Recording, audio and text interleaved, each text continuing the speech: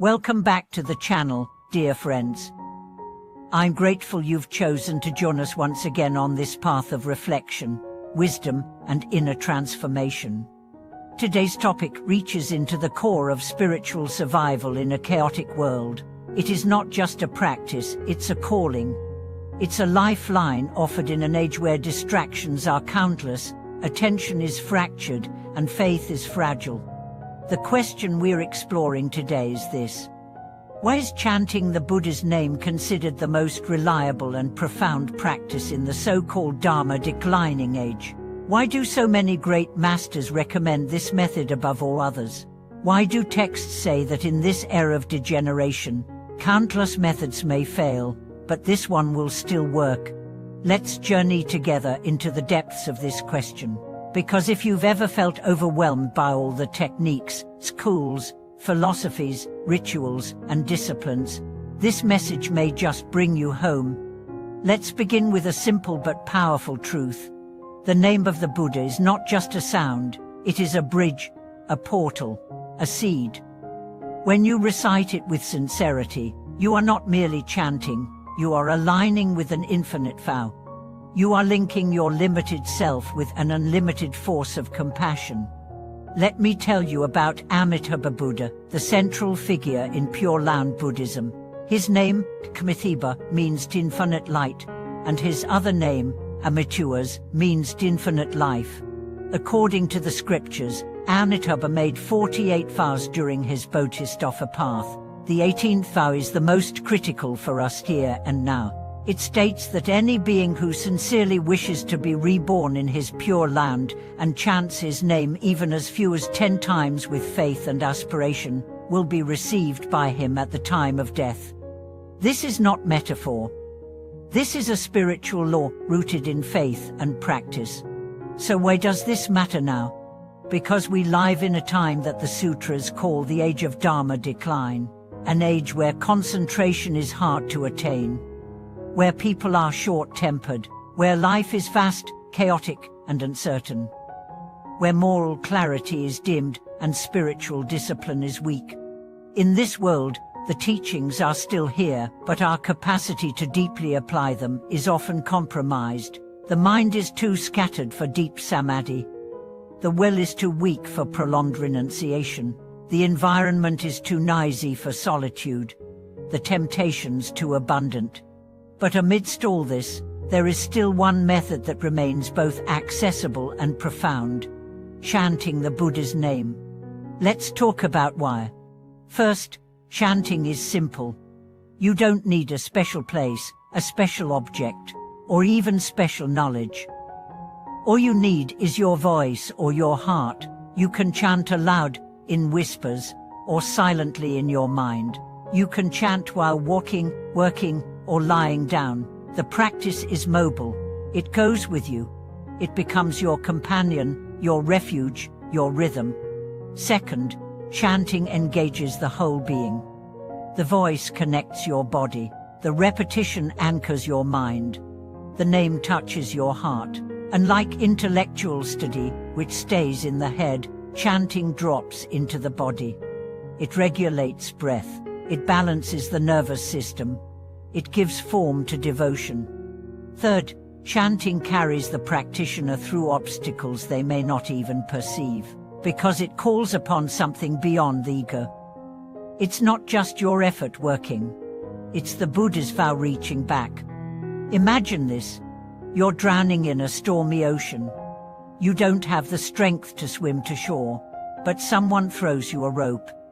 That rope is the named Amitabha. Your job is not to swim. Your job is to hold on. The vow is the strength that pulls you. One of the greatest masters of the Pure Land tradition, Master Shandeo, said, "Of all practices, none surpasses the recitation of Amitabha's name. All others are secondary." This is the great gate.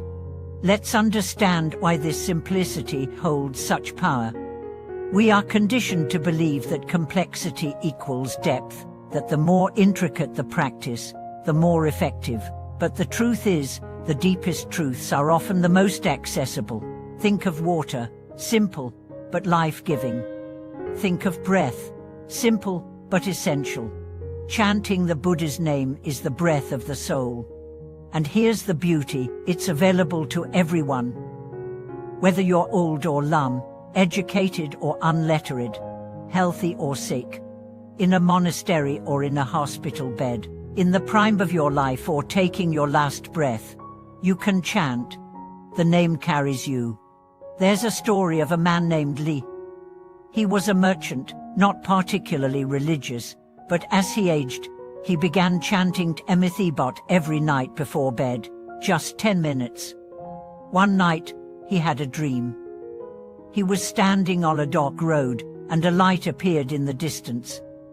A gentle voice said, "When the time comes, remember the name."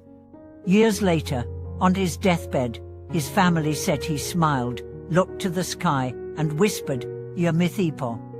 He passed peacefully.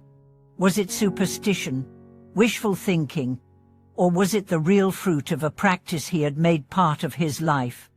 The Pure Land scriptures tell us that in the final moments of life, our mental state becomes the key to our destination. If the mind is confused, attached, or angry, the transition is rough. But if the mind is clear and connected to the name of the Buddha, it is met by light. Now you might ask, but what about people who make mistakes? Who aren't pure? That's the point of this method. It's for the broken, the burdened, the busy, the imperfect. The Buddha does not ask for perfection. He asks for sincerity. Even if you've lived a selfish life, even if you've doubted, even if you're full of flaws, if you turn your heart sincerely in the final moment and call his name, the vow still applies. But why wait? Why not begin now so the name becomes familiar? So it's not just something you remember in fear, but something you live in love. One practitioner said to me, "Chanting has become like breathing. It's always there. When I'm joyful, I chant. When I'm anxious, I chant. When I feel alone, I chant." And here's the secret, the more you chant, the more your mind changes, slowly, gently. It becomes softer, less reactive, more forgiving. The name becomes a balm. In a world that demands so much of us, chanting demands only one thing, presence. You don't need to understand all doctrines. You don't need to debate philosophy. You don't need to perform rituals. You just need to return, again and again, to that one phrase. Namo Amitabham. It becomes your home, your route, your compass. And when the storms of life come, and they will, you will find something remarkable. You won't panic as much. You won't despair as easily. You'll remember the name, and the name will remember you. That's the beauty of this practice. It's reciprocal. You call out, and the Buddha calls back. Not with words, but with presence, with light, with an inner shift that cannot be described but only known. So I invite you to try it. Not once, but daily, morning or night, while driving, while walking, even silently while lying awake. Chant not to get something, but to give yourself back to your center. Over time, the chant will become more than sound. It will become silence. The silence of trust, of surrender, of peace. Thank you for watching this video. If you felt the presence of this path or are curious to begin, share your experience in the comments. Let's grow together.